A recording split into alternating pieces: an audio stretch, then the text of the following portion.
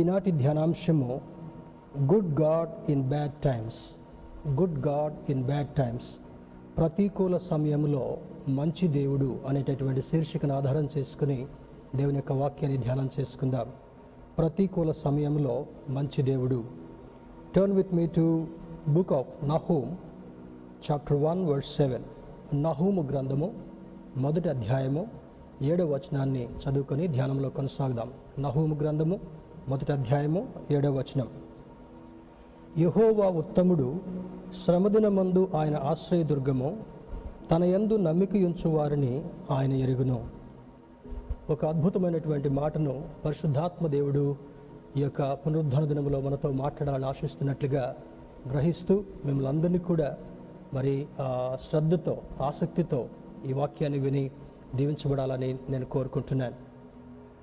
English translation కూడా గమనిద్దాం. The lord is good, a stronghold in the day of trouble, and he knows those who take refuge in him. I read this from NASB, new American standard bible నుంచి నేను ఈ portion తీసుకున్నాను. కారణం ఏంటంటే ఈ తెలుగు ట్రాన్స్లేషన్కి ఏది చాలా దగ్గరగా ఉందో దాన్ని నేను చూస్ చేసుకునేటటువంటి ప్రయత్నం చేస్తున్నాను, so that the meaning will not differ much. ఇందులో నహూము భక్తుని గురించి 1-2 మాటలు మనం తెలుసుకున్న తర్వాత ఎందుకు పరిశుద్ధాత్మ దేవుడు నహూముతో ఈ యొక్క ప్రవచనాన్ని, ఈ దేవోక్తిని పలికించాడో అర్థం చేసుకుంటూ అది ఈ ప్రస్తుత కాలంలో మనకు ఏ విధంగా అది గైడెన్స్ ఇవ్వబోతుంటుంది, ఏ విధంగా మనల్ని సిద్ధపరచబోతుంది అనేటటువంటి విషయంతో మన వాక్య ధ్యానంలో ముందుకు సాగితే మంచిదని నేను మిమ్మల్ని ప్రోత్సాహపరుస్తుంటున్నాను. నహూమ్ మీన్స్ కంఫర్టర్, మరి ఆదరణ లేదా ఆదరించువాడు అనేటటువంటి అర్థాన్ని ఇస్తుంటా ఉంది. కంఫర్టర్ లేదా కన్సోలేషన్ అనేటటువంటి మాట నహూముకి అర్థమై ఉంటా ఉంది. He is one of the 12 minor prophets of old testament. మరి బైబిల్లో ప్రాముఖ్యమైనటువంటి ప్రవక్తలు, చిన్న ప్రవక్తలు అనేటటువంటిది ఉంది. దీన్ని మైనర్ ప్రాఫిట్స్లో ఒకానొక ప్రవక్తగా నహూమ్ భక్తుడిని ఈ గ్రంథము జ్ఞాపకం చేస్తుంటా ఉంది. God gave the prophetic revolution through him about the downfall of Nineveh. ఈ యొక్క నినివేని గురించినటువంటి పరిస్థితిని దేవుడు గమనించి ముందుగా ఈ ప్రవక్త ద్వారా ఏమి సంభవించబోతుంది, ఎందుకు సంభవించబోతుంది, ఒకవేళ పశ్చాత్తాపడితే దేవుని యొక్క ఉగ్రతను సహితము ఏ విధంగా వెనుక్కు తీసుకోగలడు అనేటటువంటి విషయాన్ని నహూమ్ భక్తుల ద్వారా ఆ పట్టణాన్ని గురించినటువంటి ఆ దేవోక్తి అది తెలియచేయబడుతుంటాం. చూడండి, 1వ వచనంలోనే ఉంది, చాప్టర్ 1 verse 1. నినివేను గుర్చిన దేవోక్తి, ఎల్కోషు వాడగు నహూమునకు కలిగిన దర్శనమును వివరించు గ్రంథం. ఏ దర్శనమైతే యెహోవా దేవుడు నహూము ప్రవక్తకి ఇచ్చాడో, ఏ పట్టణాన్ని గురించి, ఏ వినాశనాన్ని గురించి ఈ యొక్క ప్రవచనం జ్ఞాపకం చేస్తుందో దాన్ని వివరించేటటువంటి పుస్తకము, గ్రంథము ఈ నహూము పుస్తకం అని తెలియచేయబడుతుంటా ఉంది. చూడండి, 1-2 మాటలు ఎందుకు దేవుడు ఆ విధంగా ప్రవచనం ఇస్తున్నాడో మొదటగా కొంత అర్థం చేసుకొని ఆ తర్వాత ఈ వచనం యొక్క ధ్యానంలో మనం ముందుకు సాగుదాం. యెహోవా రోషము గలవాడై ప్రతీకారము చేయువాడు, యెహోవా ప్రతీకారము చేయును. సహజంగా మనుషులు అనేటటువంటి వారు ప్రస్తుత కాలంలో ఏమనుకుంటారంటే, అతడు నాకు నష్టం కలిగించాడు, అతడు నాకు హాని కలిగించాడు, అతడు నాకు ప్రమాద కారణంగా ఉన్నాడు కనుక I should do something for this fellow అనేటటువంటి ఆలోచన సహజంగా మానవులకు ఉండడము మనం గమనిస్తూ ఉంటుంటాం. కానీ బైబిల్ ఏమైనా జ్ఞాపకం చేస్తుందంటే, మన పక్షాన ఆయనే కార్యము జరిగించేటటువంటి వాడు. ఇంగ్లీష్ బైబిల్లో వెంజెన్స్ ఈజ్ మైన్ అని అంటాడు, పగ తీర్చుట నా పని అని అంటాడు. అంటే ఎందుకు ఆయన పగ తీర్చాలనుకుంటున్నాడు అనేటటువంటి ప్రశ్న కూడా రావచ్చు మనకి. ఆయన ప్రేమ కలిగినటువంటి వాడు, దయార్థ హృదయుడు, కరుణా సంపన్నుడు అని అద్భుతమైనటువంటి ఆ కేటగిరీస్ ఆయనకి ట్యాగ్గా ఇవ్వబడుతున్నప్పటికీ కూడా ఎందుకు దేవునికి రోషం కలుగుతుంది? దేవుని బిడ్డలారా, తల్లి బిడ్డను ఎంత ప్రేమిస్తున్నప్పటికీ కూడా బిడ్డ మాట వినప్పుడు తల్లి కానీ తండ్రి కానీ వారిని శిక్షించి అడ్మానిష్ చేసేటటువంటి ప్రయత్నం చేస్తూ ఉంటుంటారు. దాని సామెతల గ్రంథకర్త అయినటువంటి ఈ యొక్క సొలొమోను ఏమని రాస్తాడంటే, బెత్తము వాడనటువంటి తండ్రికి వాడి కుమారుడే విరోధి అని అంటాడు. అంటే శిక్షించైనా సరే బుద్ధి చెప్పాలని సొలొమోను సామెతల్లో, ప్రొవర్బ్స్లో రాస్తున్నటువంటి మాట. కొన్ని సందర్భాల్లో దేవుడు ఎంత ప్రేమిస్తాడంటే, మనం ప్రేమిస్తున్నామని ఆయన మనల్ని ప్రేమించట్లా. బైబిల్ స్పష్టంగా చెప్పేది ఏంటంటే, though we don't recognize his love and plan, he still loves us. మనము ఆయన ప్రణాళికను గుర్తించకపోయినప్పటికీ, ఆయన ప్రేమను గుర్తించకపోయినప్పటికీ కూడా ఇంకా ఆయన మనల్ని ప్రేమిస్తున్నాడు. ఎంతవరకు ప్రేమించాడు? మానవుడు దూరమైన కారణం వల్ల, మానవుడు వెలివేయబడినటువంటి పరిస్థితుల్లో, పాపములో మునుగుతున్నటువంటి సమయంలో ఆయన ప్రేమతో ఇంకా చేతులు చాపి ఆయన దగ్గరకు తీసుకోవాలనేటటువంటి వాంఛ కనబడుతుంటా ఉంది. World is like prodigal sun.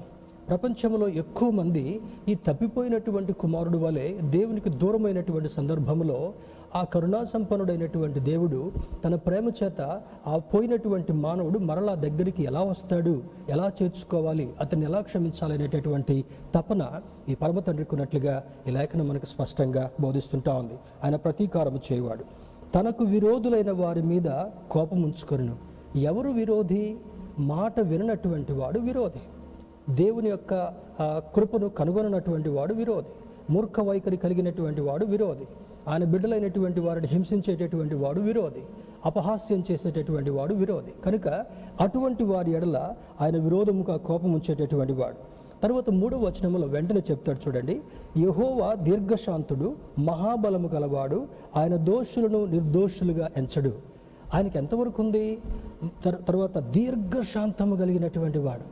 ఎన్ని తప్పిదాలు చేస్తున్నా, ఎన్ని మోసాలు చేస్తున్నా, ఎన్ని అబద్ధాలు ఆడుతున్నా, ఎంతమందిని హింసిస్తున్నా, ఎంతమందిని హతమారుస్తున్నా కూడా ఆయన మరి ఎంతో ఓర్పు కలిగినటువంటి వాడుగా, దీర్ఘశాంతుడిగా ఉన్నటువంటి వాడు. రెండవది, ఆయనకున్నటువంటి గుణాల్లో ఆయన బహుబలము కలిగినటువంటి వాడు అని అంటాడు.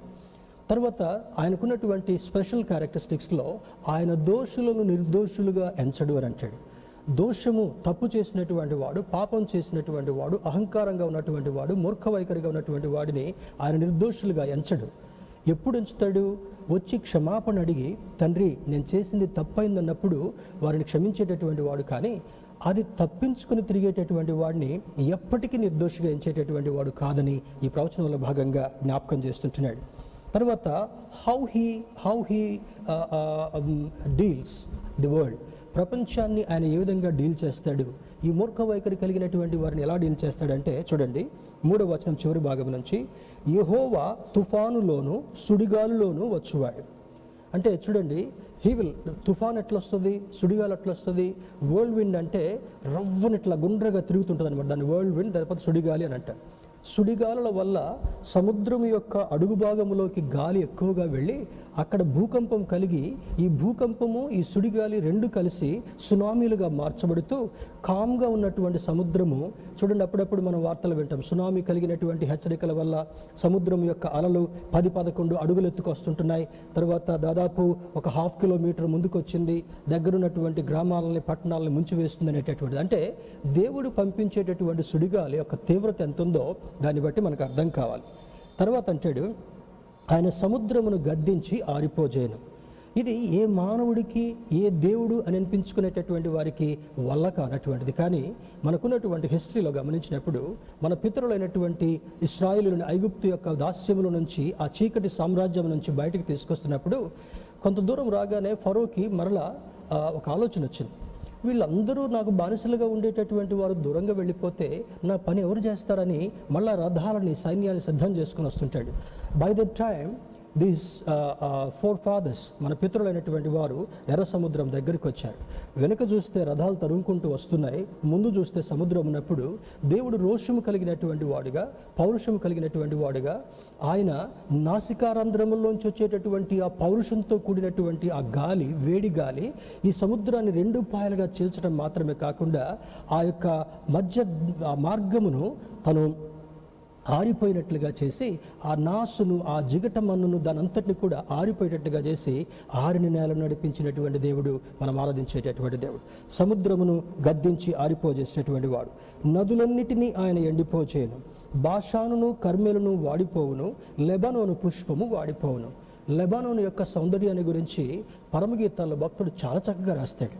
తర్వాత దేవుని బిడ్డలారా, ఎంత సౌందర్యం కలిగిందంటే ప్రపంచంలో ఉండేటటువంటి అనేక సౌందర్యాల కంటే కూడా లెబనోను యొక్క సౌందర్యం చాలా గొప్పదని బైబిల్ వర్ణిస్తుంటా ఉంది. అక్కడ ఉండేటటువంటి పుష్పాలు చాలా అందాన్ని, ఆహ్లాదాన్ని కలిగించేవని. తర్వాత ఒక పుష్పం వైపు చూసినప్పుడు మనిషి యొక్క మనసుని అది ఎంత సంతోషానికి గురి చేస్తుందంటే ఆ పుష్పం దగ్గరికి వెళ్ళి దాన్ని పట్టుకోవాలి, దాన్ని వాసన చూడాలి అనేటటువంటి ఆ యొక్క వాంఛను వ్యక్తులకు కలుగజేస్తుంటా ఉంది. మొదటిది అందం ఉంది, దానిలో సౌందర్యం ఉంది, దానిలో సువాసన ఉంది, దానిలో ఆకర్షించేటటువంటి గుణం ఉంది. ఇన్ని గుణములు కలిగినటువంటి పుష్పాన్ని కూడా ఆయన వాడిపోజేసేటువంటి వాడు. అంటే దేవుని యొక్క ఉగ్రత వచ్చినప్పుడు ఎటువంటి నిగనిగలాడేటటువంటి వారు, ఎంత సౌందర్యం కలిగినటువంటి వారు, ఎంత ప్రభావంగా కలిగినటువంటి వాళ్ళు, ఎంత పేరు ప్రఖ్యాతలు కలిగినటువంటి వాళ్ళు కూడా they will dry out like A Lebanon flower అని జ్ఞాపకం చేస్తుంటున్నాడు. దేవుని బిడ్డలారా, బాషాను కర్మెలను వాడిపోవును, లెబనోను పుష్పము వాడిపోవును, ఆయనకు భయపడి పర్వతములు కంపించును, కొండలు కరిగిపోవును, ఆయన ఎదుట భూమి కంపించును, లోకము అందరి నివాసులందరూ వణుకుదురు. ఆయన ఉగ్రతను సహింపగలవాడెవడు? ఆయన కోపాగ్ని ఎదుట నిలవగలిగినవాడెవడు? ఆయన కోపము అగ్ని వలె పారును, ఆయన కొండలను కొట్టగా అవి బద్దలగును. ఆల్మోస్ట్ 2nd verse నుంచి 6th verse వరకు కూడా దేవునికి కలిగేటటువంటి ఆ యొక్క ఇంటర్నల్ ఫీలింగ్, ఆయన లోపల నుండి వచ్చేటటువంటి ప్రభావం ఎటువంటిదో నహూము యొక్క ప్రవచనంలో 2 నుంచి 6వ వచనం వరకు తెలియజేసిన తర్వాత ఈరోజు మనం ధ్యానం చేసుకోబోయేటటువంటి అంశము 7వ వచనాన్ని మరలా నేను చదువుతుంటున్నాను.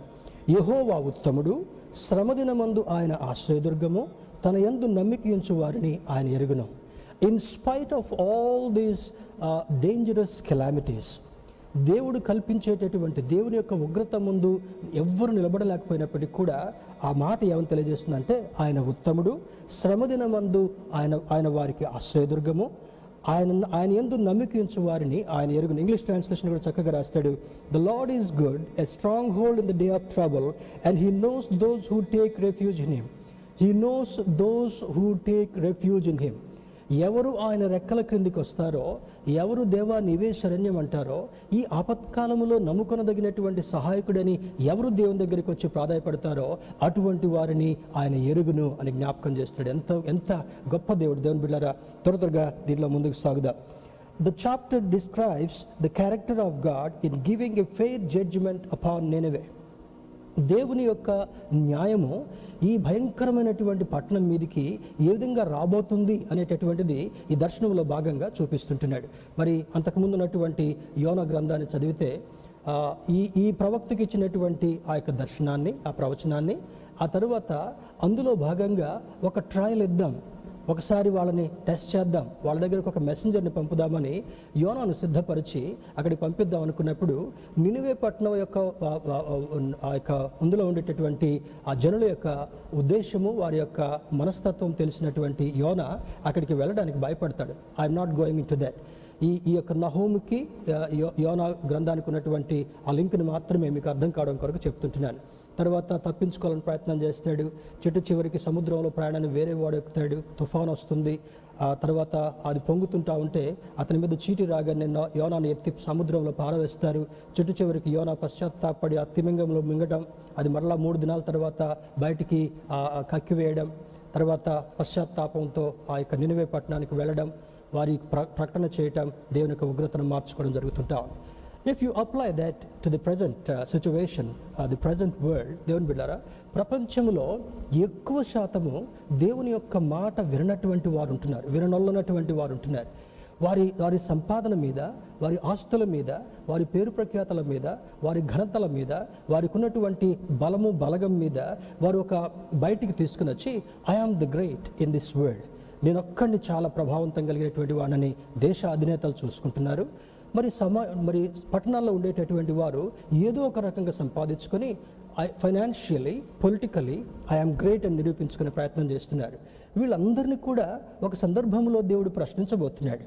వీళ్ళందరికీ కూడా దేవుడు ఇచ్చినటువంటి సమయాన్ని బట్టి దేవుడు ఏం చేయబోతుంటున్నాడు?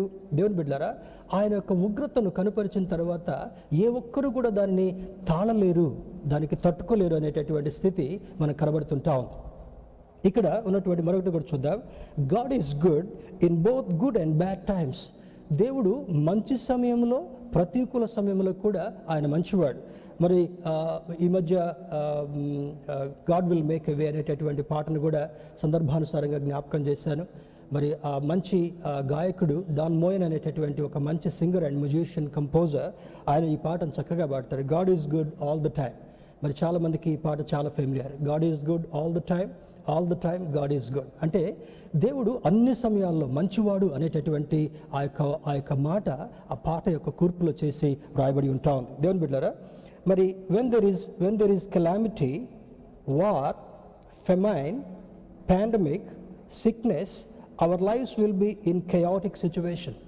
ఇప్పుడు ఈ యొక్క పాండమిక్, ఈ యొక్క మహమ్మారి COVID-19 అనేటటువంటిది అక్టోబర్ నవంబర్లో వుహాన్ సిటీలో అది ప్రారంభమైపోయి మిగతా దేశాలంతటినీ కూడా సైలెన్స్లో పెట్టి, కన్ఫ్యూజన్లో పెట్టి ఫిబ్రవరి నుంచి ఒక్కొక్కళ్ళు దాన్ని డిటెక్ట్ చేయడం మొదలుపెట్టారు.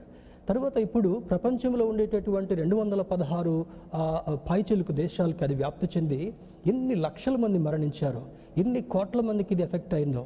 ఇంకా ఈ మాసము వచ్చే మాసానికి మనం ఆందోళన పడాల్సిన అవసరం లేదు, కానీ అది కొన్ని కోట్ల మందికి వ్యాప్తి చెంది ఇంకా లక్షల మంది మరణించేటటువంటి ప్రభావం ఉంది.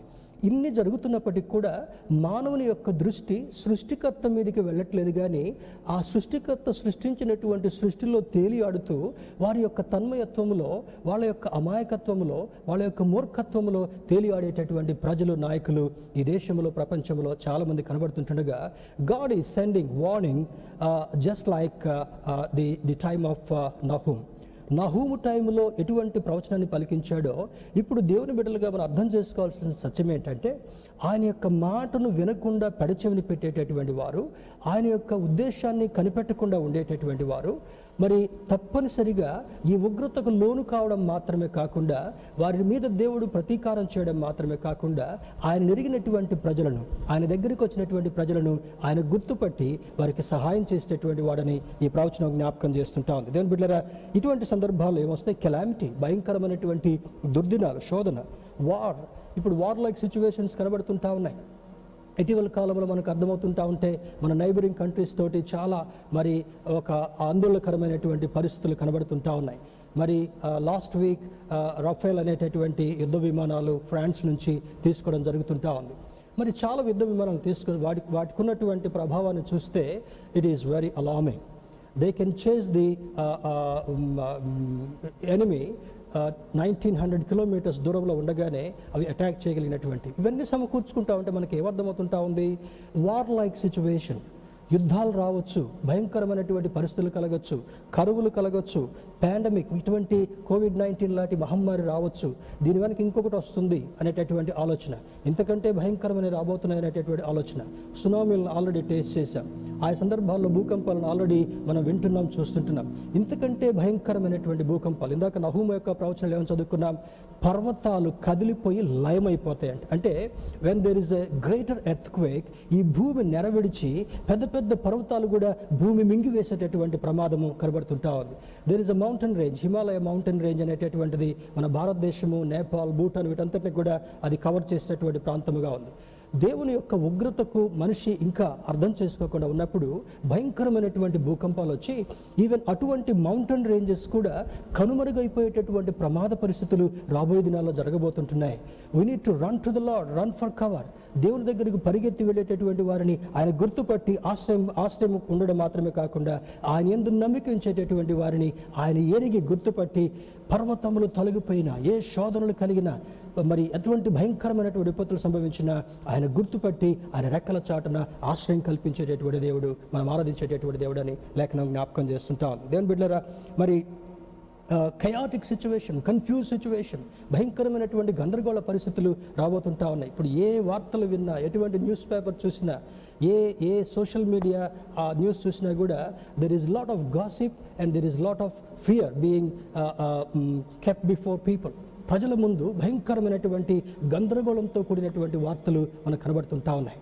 ఒక ఆయన వచ్చి మెడిసిన్ వేసుకోమంటాడు, ఇంకొక ఆయన దాన్ని వద్దంటాడు, ఇంకొక ఆయన ఇది చేయండి అంటాడు, ఇంకొక ఆయన వద్దంటాడు. There is quite contradiction from the media. దేవుని బిడ్డలారా, మీడియా వైపు మనం ఫోకస్ చేసి మనం గందరగోళ పరిస్థితులకు వెళ్లకుండా ఇటువంటి సందర్భాల్లో మన సృష్టికర్త అయినటువంటి దేవుని వైపు చూస్తున్నప్పుడు ఇక్కడ ఏమని రాస్తుంటున్నాడు? యెహోవా ఉత్తముడు, శ్రమదినమందు ఆయన ఆశ్రయదుర్గము, తన యందు నమ్మిక ఉంచు వారిని ఆయన ఎరుగును. We have to cling on to this promise and word. ఈ వాక్యాన్ని హత్తుకొని ఆయన యందు నమ్మిక ఉంచు వారిని ఆయన ఎరిగేటటువంటి వాడు అనేటటువంటి సత్యం ద్వారా మనం ముందుకు నడిచేటటువంటి వారుగా ఉండాలని లేఖనం జ్ఞాపకం చేస్తుంటాం. ఇటువంటి పాండమిక్స్, ఇటువంటి సిచ్యువేషన్స్ ఇంకా ఏ విధంగా వస్తాయని ఈ యొక్క యోనా గ్రంథము, నహూము యొక్క గ్రంథాలు రెండు కూడా మనం చదవగలిగినప్పుడు గాడ్స్ యాంగర్ ఆన్ నినివే, ఈ నినివే అనేటటువంటి పట్టణం మీద దేవుని యొక్క ఉగ్రత రగులుకుంటూ వస్తుందంట. ఒక నిప్పు రగులుతున్నట్లుగా ఇటీవల కాలంలో ఆస్ట్రేలియాలో, తర్వాత ఈ బుష్ ఫైర్స్ అనేవి చూసాం. తరచుగా ఇటువంటి అడవుల్లో కలుగుతూ ఉంటుంటాయి. కొన్ని హెక్టేర్స్ అడవులు కాలిపోతూ ఉంటుంటాయి. అక్కడ ఉన్నటువంటి ప్రాణులన్నీ కూడా చనిపోవడం, ఆ తర్వాత ఆ పొగకు చాలామంది సిక్ అవ్వడం, వాతావరణంలో చాలా మార్పులు కలగడం, గంభీరమైనటువంటి పరిస్థితులు. అటువంటి భయంకరమైనటువంటి దుస్థితి ఇంకా ప్రపంచం మీదకి రాబోయే దినాల్లో రాబోయేటటువంటి సంభవాలు ఉన్నాయి. If persons do not turn to him, దేవుని వైపు వారు తిరగకుండా ఉన్నప్పుడు అటువంటివి భయంకరమై రాబోయేటటువంటి సంభవాలు ఉన్నాయని God's word is giving a caution. తర్వాత ఈ గ్రంథంలో ఉన్నటువంటి కొన్ని మాటలను చూసినప్పుడు డిస్క్రిప్షన్లో God uses certain words. Desolation అనేటటువంటి మాట అంటే మరి నిర్జనం. ఇప్పుడు చూడండి, ఒక ఆటమిక్ బాంబ్ వేశారనుకోండి వార్లో, లేకపోతే న్యూక్లియర్ బాంబ్స్ వేశారనుకోండి, ప్రపంచం అంతా కూడా నిర్జనంగా మారిపోయేట, చాలా ప్రాంతాలు నిర్జనంగా అంటే శిథిలమైపోయేటటువంటిది, కనుమరుగైపోయేటటువంటి ప్రాంతాలుగా మారబోతుంటున్నాయి దేవుని యొక్క కృపను మనం గుర్తుగా పట్టకుండా ఉన్నప్పుడు. రెండవది డెసిమేషన్, అంటే ప్రజలను ఎవరెవరైతే మూర్ఖ వైఖరి కలిగినటువంటి వారు అంటారో వారు హతమార్చబడతారు, నిర్మూలన చేయబడినటువంటి వారుగా ఉంటాడు. ఇంకొక మాట ఈ గ్రంథంలో వ్రాయబడినటువంటిది డివాస్టేషన్, వినాశనం జరిగేటటువంటి పరిస్థితులు ఈ యొక్క నినివే పట్టణానికి ఏ విధంగా ఉన్నాయో అటువంటిది almost it is closer to the present world also. అప్పుడైతే ఒక పట్టణం మీద మాత్రమే జరిగింది, కానీ ఇప్పుడు ప్రపంచంలో చాలా ప్రాంతాల్లో ఇటువంటి దుస్థితి కలగబోతుంది అనేటటువంటిది ప్రవచనంలో ఉండేటటువంటి అర్థంగా మనం చూడగలగాలి. The Lord disciplines people. చాలామంది ఇప్పుడు గవర్నమెంట్ వాళ్ళకి భయపడకపోవచ్చు, పోలీస్ డిపార్ట్మెంట్ వారికి, ఆర్మీ వాళ్ళకి, అధికారులకు భయపడవచ్చు, కానీ if God wants, God can discipline every individual and every person in this world.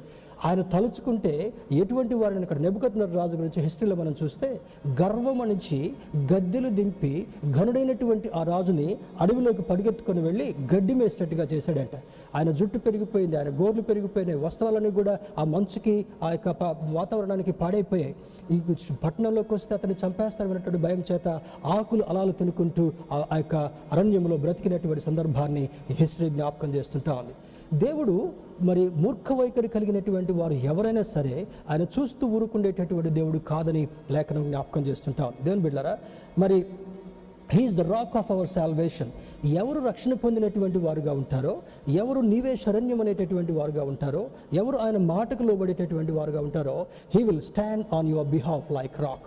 ఆయన ఆశ్రయదుర్గముగా ఉండేటటువంటి వాడు, ఆపత్కాలములో నమ్ముకొనదగిన సహాయకుడిగా ఉండేటటువంటి వాడు. ఆయన ప్రజలను ఎరుగుననగా హీఈస్ ఎ గుడ్ షెపర్డ్. ఆయన గొర్రెల కాపరిని ఏ విధంగా ఎరుగుతాయో ఆయన ప్రజలైనటువంటి వారిని ఆయన ఎరగటం మాత్రమే కాకుండా భయంకరమైనటువంటి విపత్తులంతట్లో కూడా ఆయన మనల్ని భద్రపరిచేటటువంటి వాడు. He is like a consuming fire.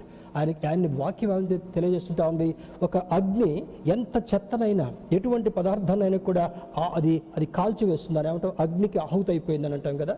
He is like a consuming fire.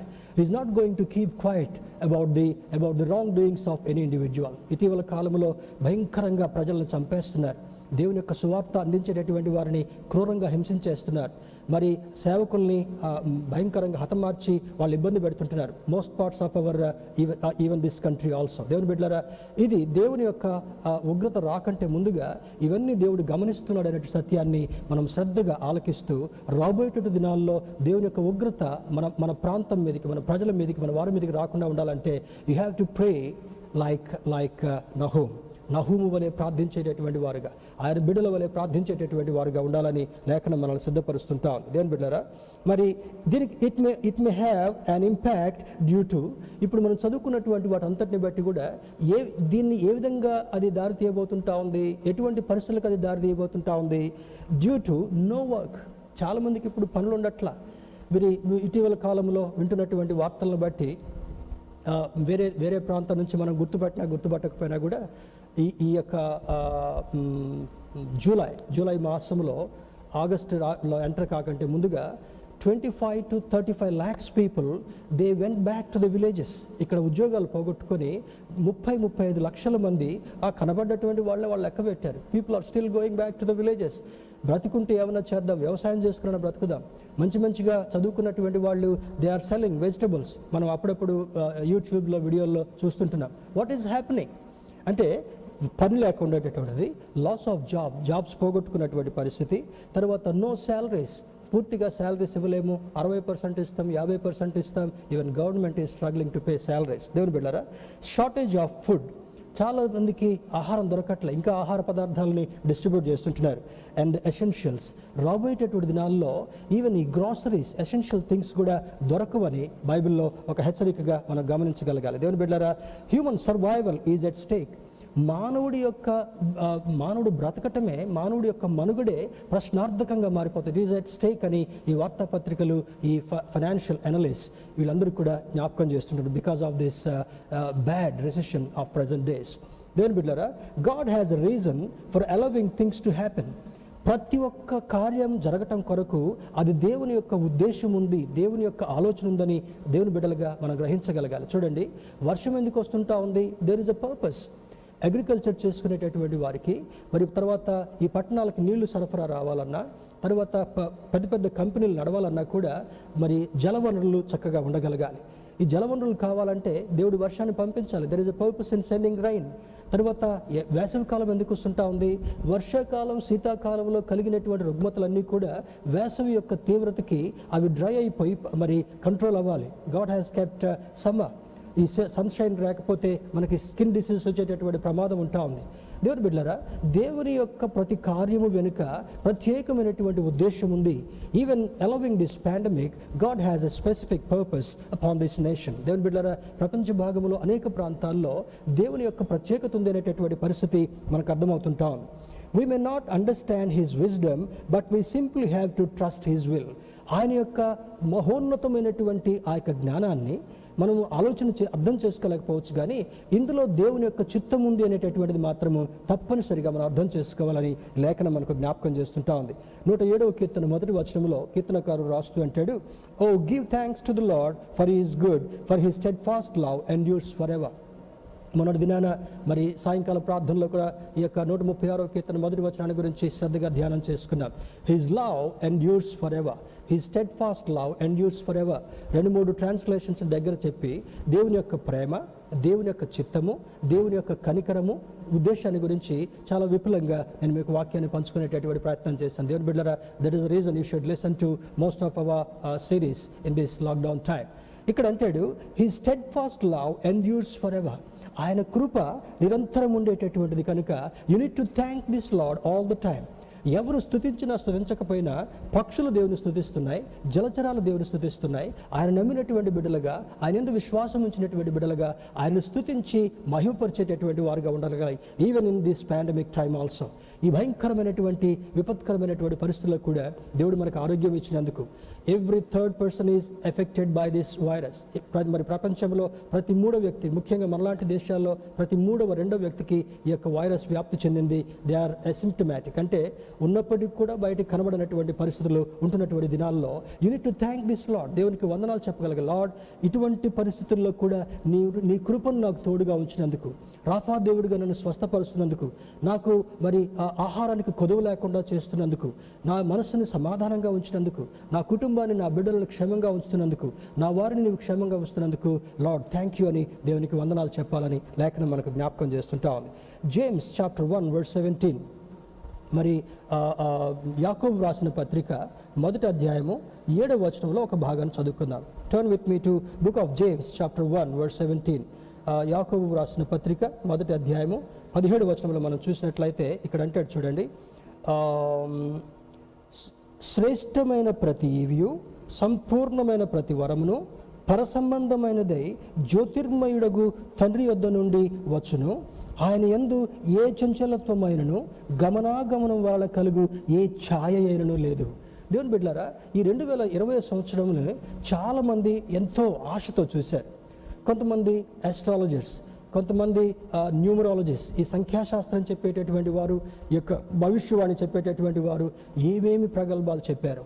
దేవుని సేవకులు చాలామంది కూడా ఇది ఒక ఆశీర్వాదవంతమైనటువంటి సంవత్సరంగా ఉండబోతుంది అనేటటువంటి ఆ గెస్సింగ్ ఫ్యాక్టర్స్ని విడుదల చేశారు. కానీ మనందరం కూడా ఒక సందర్భంలో దేవా ఈ 2020 నాకు ఆశీర్వాదకరంగా ఉంచు అని ప్రార్థన చేస్తున్నప్పటికీ కూడా దేవుని యొక్క చిత్తం ఏమైంది, 2020ని ఒక మెమరబుల్, నెగిటివ్లో మెమరబుల్గా ఉండేటటువంటిది, మానవ యొక్క అంచనాలను తలకిందులు చేసి మీరు ఏం ఆశిస్తున్నారో అది దొరకాలంటే నా వలన మాత్రమే అది మీకు దొరుకుతుంది అనేటటువంటి విషయాన్ని దేవుడు 2020లో ప్రకటిస్తున్నట్లుగా మనకు అర్థమవుతుంటా ఉంది. దేవుని బిడ్డలారా, ఇక్కడ అంటాడు every good and perfect gift is from above.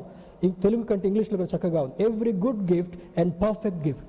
ప్రతి మంచి ఈవ్యూ, ప్రతి పర్ఫెక్ట్ ఈవ్యూ కూడా పైనుండి పరసంబంధమైనది అక్కడి నుండే మనకు రావాలి. ఒక ఆర్గనైజేషన్ వాడు ఇచ్చేది కాదు, లేకపోతే ఒక అధికారి ఇచ్చేటటువంటిది కాదు. వాళ్ళు ఇస్తే they give some small tip లాగా ఉంటుంది, కానీ దేవుడు ఇస్తే సమృద్ధిగా ఉండేటటువంటిదని ఆయన లేఖనం జ్ఞాపకం చేస్తున్నాడు. Coming down from the Father of the heavenly lights, who doesn't change like shifting shadow. గమనాగమనముల వలె ఒక నీడ కదిలినట్టుగా ఆయన కదిలేటటువంటి వాడు కాదు, కానీ నిశ్చలమైనటువంటి రీతిలో నీకు సమృద్ధి అయినటువంటి ఆహారాన్ని, ఆశీర్వాదాన్ని అనుగ్రహించేటటువంటి దేవుడని ఈ లేఖనం మనకు జ్ఞాపకం చేస్తుంటా ఉంది. టర్న్ విత్ మీ టు యెషయా గ్రంథము 66వ అధ్యాయము 9వ వచనాన్ని చూద్దాం. Isaiah chapter 66 verse 9. 9వ వచనం మనం గమనించినట్లయితే ఇక్కడ అంటాడు, నేను ప్రసవ వేదన కలుగజేసి కనిపింపక మానేదనా అని యెహోవా అడుగుచున్నాడు. పుట్టించువాడనైన నేను గర్భమును మూసదనా అని నీ దేవుడు అడుగుచున్నాడు. ఈ సింబాలిక్గా మనం చూసినప్పుడు ఇక్కడ అంటాడు చూడండి, I will not cause pain without allowing something new to be burn says the lord. English translation కంటే తెలుగుది కొంచెం మనకు అర్థమయ్యేటట్టుగా ఉంది. ఇక్కడ ప్రసవ వేదన అంటే ఓన్లీ ఒక స్త్రీని సంబోధించి మనం చూసేటటువంటిదిగా ఉంటాం. అంటే బర్త్ పెయిన్స్ అవి ఇన్ఎక్స్ప్లెయినబుల్.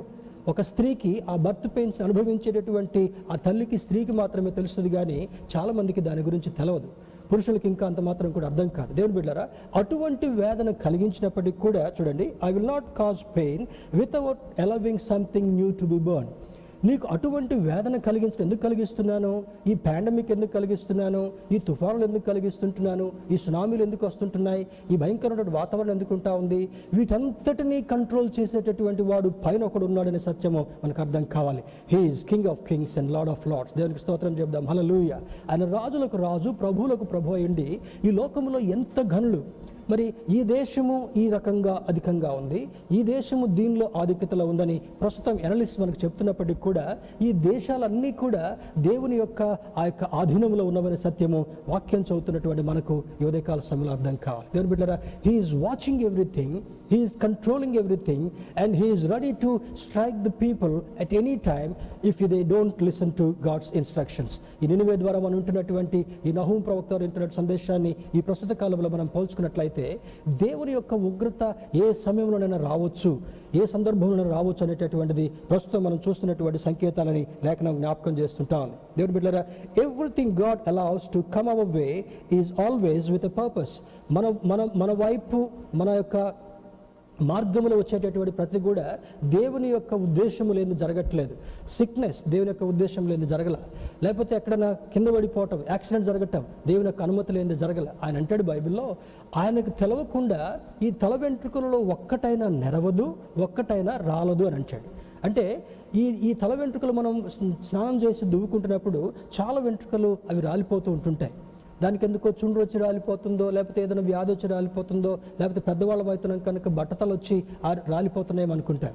He allows without his permission even the hair will not grow grey and it will not fall down అనేటటువంటి మాట బైబిల్ మనకిస్తుంది. అంటే అంత సూక్ష్మంగా గమనించేటటువంటి దేవుడు, మనం ఆరాధించేటటువంటి దేవుడు అని లేఖనం జ్ఞాపకం చేస్తుంటా ఉంది.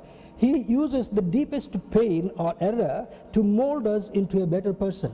ఈ ఎటువంటి శోధన కలిగినప్పటికి కూడా, ఎటువంటి వ్యాధి మనకు కల్పించినప్పటికి కూడా దేని ఎందుకు కలిగిస్తున్నాడు ఆయన చూస్తే, he wants to mold us into a better person.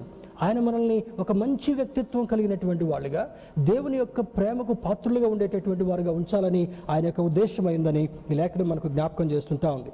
When you are unable to handle something, God says, be still, I am already at work. చూడండి, మోసెస్తో సంబంధించినటువంటి ఒక దృశ్యాన్ని మనం చూస్తే, ఇంతమంది ప్రజల్ని ఫరో దగ్గర ఎంత బాధను అనుభవిస్తాడో వాళ్ళు బయటకు తీసుకుని రావడం కొరకు. ఎన్నిసార్లు పంపిస్తారని చాలాసార్లు పంపించాడు. 9-10 తెగుళ్ళు వచ్చిన తర్వాత చివరికి ఎప్పుడైతే వారి ఐగుప్తీయుల గృహాల్లో మరి జ్యేష్ఠపుత్రుడు చనిపోవడం జరిగిందో, అదే సమయంలో ఇజ్రాయేలు యొక్క కుటుంబాల్లో ఒక్కడి యొక్క మరణవార్త కూడా లేకుండా ఉందో, ఫరోకి పునాది కదిలిపోయింది. పునాది కదిలిపోయిన తర్వాత Moses, take your people, I don't want to keep them here అన్న తర్వాత వాళ్ళు బయటకు తీసుకొస్తాడు. ఎంత వేదన అనుభవించాడు మోసెస్. ఆ తర్వాత మరి ప్రజలను తీసుకుని వస్తున్నప్పుడు వాళ్ళకి దాహం అవుతున్నప్పుడు ఇన్ని లక్షల మందికి ఎక్కడి నుంచి నేను నీళ్ళు తీసుకొని రావాలి, వాళ్ళు ఆహారం అడిగినప్పుడు ఇన్ని లక్షల మందికి ఆహారం ఎలా నేను తీసుకుని వాళ్ళని తృప్తిపరచాలి, వీళ్ళని ఎలా నేను ఎండ తగలకుండా చూడాలి, ఎలా వీళ్ళని రాత్రి వేళ ఆ క్రూర మృగాలు రాకుండా, విషపురుగులు రాకుండా వీళ్ళని కాపాడాలన్నప్పుడు ఆయన పగటి వేళ మేఘస్తంభాన్ని, రాత్రి వేళ అగ్నిస్తంభాన్ని నుంచి వారిని భద్రపరిచినటువంటి వాడు. బండ నుండి మధురమైనటువంటి నీళ్లను పంపించి వాళ్ళ దాహార్తిని తీర్చినటువంటి వాడు. దేవుని బిడ్డలారా, మరి వారికి మరి ఆకాశపు ద్వారాలు తెరచి పూరలను కురిపించి వారిని తృప్తిపరిచినటువంటి దేవుడు, మోషేతో తోడుగా ఉన్నటువంటి దేవుడు. మోషే ఒక సూత్రాన్ని నేర్చుకున్నాడు. ఎటువంటి శ్రమ కలిగినా, ఎటువంటి అక్కర కలిగినా, he decided to look to God and God alone. ఏ శోధన కలిగినా కూడా దేవుని వైపు చూసి ప్రార్థించడం మాత్రమే నేర్చుకున్నాడు. ఈ ఉదయకాల సమయంలో దేవుని యొక్క వాక్యాన్ని ధ్యానం చేసుకునేటటువంటి మనము, ఈ పాండమిక్ వస్తున్నా, ఇంతకంటే ఇంకా ఎక్కువ తీవ్రమైనటువంటి శోధనలు మనకు వస్తున్నా, ఎటువంటి ఆర్థిక ఇబ్బందులు, అనారోగ్య పరిస్థితులు మనకు కలుగుతున్నా కూడా, this should prepare you to look to God in heaven. పరలోకమందున్నటువంటి తండ్రి వైపు చూసేటటువంటి అనుభవాన్ని మనం కలిగి ఉండాలని ఈ లేఖనాలు మనకు బోధిస్తుంటా ఉన్నాయి. When you are unable to handle something, God says, be still, I am already at work. నీవు చేయలేనటువంటి పరిస్థితిలో, నీవు మోయలేనటువంటి పరిస్థితిలో, నీ ఆరోగ్యం క్షీణించి మరణ స్థితికి దిగజారిపోతున్నావు అనుకున్నప్పుడు నీవు దేవుని వైపు చూస్తే అంటాడు, చేయి చూపి ధైర్యంగా ఉండు, ఐఎమ్ ఎట్ వర్క్, ఆల్రెడీ నేను నా పని నేను చేసుకుంటూ పోతున్నాను, నీవు ధైర్యంగా ఉండు, నిబ్బరంగా ఉండు, I will heal you completely, I will satisfy all your needs. నీ ప్రతి అవసరతను తీర్చడం మాత్రమే కాకుండా, నిన్ను స్వస్థపరచడం మాత్రమే కాకుండా, నీ యొక్క దీనస్థితిలో నిన్ను జ్ఞాపకం చేసుకుని నీకు విడుదలనిచ్చి నీకు మరలా ద్వారం తెరవటం మాత్రమే కాకుండా, ప్రతి అద్భుత కార్యాన్ని, ఆశ్చర్య కార్యాన్ని ఈ శోధనల ద్వారా నేను నడిపిస్తూ, మీతోనే నడుస్తూ మీకు కార్యాలు సఫలపరిచేటటువంటి వాడనని లేఖనంలో జ్ఞాపకం చేస్తున్నాడు. Don't go through but grow through. ఒక అద్భుతమైనటువంటి మాట. మీరు అందరికీ వస్తుంది, నాకు కూడా వస్తుందని అంటాం కాదు. Don't go through but grow through. వీటన్నిటిలో కూడా దేవుని యొక్క నామస్మరణ చేస్తూ, దేవుని యొక్క వాక్యాన్ని ధ్యానం చేస్తూ, యూ షుడ్ గ్రో త్రూ. అంటే గ్రో త్రూకి కొంత మరి పదములో అర్థంలో తేడా ఉంది. అందరూ పోయినట్టుగా మనం పోతున్నప్పుడు కూడా ఇందులో సైతం మనం ఎదిగేటటువంటి వాళ్ళుగా ఉండగలగాలి. ఒక అద్భుతమైనటువంటి ఆలోచన దేవుడు కలిగి ఉంటున్నాడు. In all things God works for hour good. ప్రతి సమయంలో కూడా దేవుడు మన కొరకు ఆయన చక్కని పని చేసేటువంటి వాడు, చక్కని కార్యాలు నెరవేర్చేటటువంటి వాడు. Goodness comes from repentance with the help of holy spirit. మనకు మంచి జరగాలంటే పశ్చాత్తాపడిన తర్వాత పరిశుద్ధాత్ముని ద్వారా మన జీవితంలో అద్భుతమైనటువంటి కార్యాలు జరిగేవిగా ఉన్నావని జ్ఞాపకం చేస్తున్నారు. అవి జరగాలంటే you need to be honest before God. ఇవి జరగాలంటే దేవుని ఎదుట నువ్వు నమ్మకమైనటువంటి వాడుగా దేవుని ఎదుట నువ్వు కనపడగలగాలి. రెండవది జనరాసిటీ. ఎటువంటి క్లిష్ట సందర్భంలో కూడా, అమ్మో ఇప్పుడు నేను నాకున్నవి వీళ్ళకి ఎవరికైనా ఇస్తే తర్వాత నాకెవరిస్తారు అనేటటువంటి ఆలోచన స్వనీతి పరుడుకుంటా ఉంది. కానీ అన్నీ ఉన్నప్పుడు చేసిన దానికంటే నీ దగ్గర లేనప్పుడు కూడా ఇతరులకు సహాయం చేయటమే దేవుడు గ్రహించి చేసేటటువంటి గొప్పతనం. అటువంటి వారికి చూడండి, ఈ బీద విధవరాలు రాజుల గ్రంథంలో మనం చూసినప్పుడు ఆ యొక్క సారేపత విధవరాలు చనిపోవడానికి సిద్ధంగా ఉంది. ఆమె కొడుకు కరువును బట్టి అక్కడికి దేవుని యొక్క సేవకుని పంపించిన తర్వాత, మొట్టమొదట అప్పం నా దగ్గరికి తీసుకొని రా, నీళ్లు తీసుకొని రానప్పుడు మారు మాట్లాడకుండా ఎప్పుడైతే దేవుని సేవకుడి మాట, దేవుని మాటను నమ్మిందో, దేవుని బిడ్డలారా, ఆమె రొట్టె తీసుకుని వచ్చిన తర్వాత ఆ సేవకుడు తిని స్తుతులు చెల్లించి తిన్న తర్వాత ఆమె ఇంటికి వెళ్ళగానే ఆమెయు ఆమె ఇంటి వారును అనేక దినములు తిని తృప్తిపడి అని లేఖనం రాయబడి ఉంటా ఉంది. ఎలీషా ప్రవక్త ద్వారా చేసినటువంటి అద్భుతమైనటువంటి ఆ యొక్క విషయాలు కూడా రాజుల మొదటి గ్రంథం, రెండవ గ్రంథంలో చాలా విషయాలు అక్కడ మనకు జ్ఞాపకం చేయబడుతుంటా ఉన్నాయి. You give first, you show the generosity from your mind. పిసినారితనంగా నాది నాకే ఉండాలి. నేను ఇప్పుడు చూడండి, మరి చాలా మందికి మొన్న ఎవరు అంటున్నారు, ఏమోనండి మేము సంఘాలు తెరిచాం కానీ చాలామంది ముందుకు రావడం లేదండి అనేటటువంటి ఆలోచన. సేవకులు కూడా ఈ విషయంలో చాలా తేలిగ్గా మాట్లాడేటటువంటి అనుభవాన్ని కలిగి ఉంటున్నారు. సంఘానికి మేలుకొలుపు కలిగించి వాక్యాన్ని నేర్పించేటటువంటి వాడు దేవుడు. ఏలియాను పోషించినటువంటి వాడు, కాకోలముల ద్వారా పోషించినటువంటి దేవుడు దేవుని సేవకులని, దేవుని బిడ్డలు సైతము ఆయన పోషించుటకు సమర్థుడని లేఖనం జ్ఞాపకం చేస్తుంటా ఉంది. మూడవది కంటెంట్మెంట్. నీవు తృప్తి కలిగినటువంటి వాడుగా ఉండాలనేటటువంటిది దేవుని యొక్క ఉద్దేశం. దేవుని బిడ్డలారా, ఈ ఉదయకాల సమయంలో మరి దేవుని యొక్క వాక్యాన్ని ధ్యానం చేసుకున్నటువంటి మనము నహూము ప్రవక్త ద్వారా మరి ఆ యొక్క నినివే పట్టణానికి కలిగినటువంటి సంభవాన్ని జ్ఞాపకం చేస్తూ, ప్రస్తుత కాలంలో మనకు కలిగేటటువంటి సంభవాలను కూడా పరిశుద్ధాత్మ దేవుడు జ్ఞాపకం చేశాడు కనుక పోల్చి చూసుకొని వాళ్ళు మారినప్పుడు యోనా యొక్క మాటలు విని ఆ పట్టణము పశ్చాత్తాపడి అక్కడ ఉన్నటువంటి పశువులు కూడా పశ్చాత్తాపడినట్లుగా ఏమి తినకుండా ఉన్నట్టుగా లేఖనం జ్ఞాపకం చేస్తుంటా ఉంది. ఆ విధంగా జరిగినప్పుడు దేవుని యొక్క ఉగ్రతను మార్చుకోవడం మాత్రమే కాకుండా దేవుని యొక్క కృపను వారి మీద కనపరిచి సమాధానాన్ని, శాంతినిచ్చాడు. కనుక ఈ ఉదయకాల సమయంలో దేవుని యొక్క వాక్యాన్ని వింటున్నటువంటి మనము మరి దేవుని యొక్క మాటకు లోబడి ఆయనకి తెలవకుండా మన జీవితంలో ఏది జరగట్లేదు కనుక ఆయన కృపను సంపాదించుకుందాం. His steadfast love endures for ever. ఆయన యొక్క కృప, ఆయన స్థిరమైనటువంటి కృప, ఆయన చిత్తము, ఆయన ప్రేమ అది నిరంతరం మనలో నిలిచి ఉండాలంటే దేవుని వైపు చూద్దాం, దేవుని మాటను విందాం, దేవుని యొక్క వాక్య ప్రకారం జీవిద్దాం. మనము మన కుటుంబాలు యెహోషువ కుటుంబం వల్ల బలపరుద్దాం. మరి దేవుడు ఎప్పుడు పిలిచినా, దేవుని అక్కడ ఎప్పుడు వచ్చినా కూడా ఆయన నుంచి రాజ్యంలో చేరేటటువంటి హోదాను సంపాదించుకుందాం. అతి కృప, ధన్యత దేవుడు మనకు కలుగచేయునుగాక. ఆమేన్. Thank you. God bless you.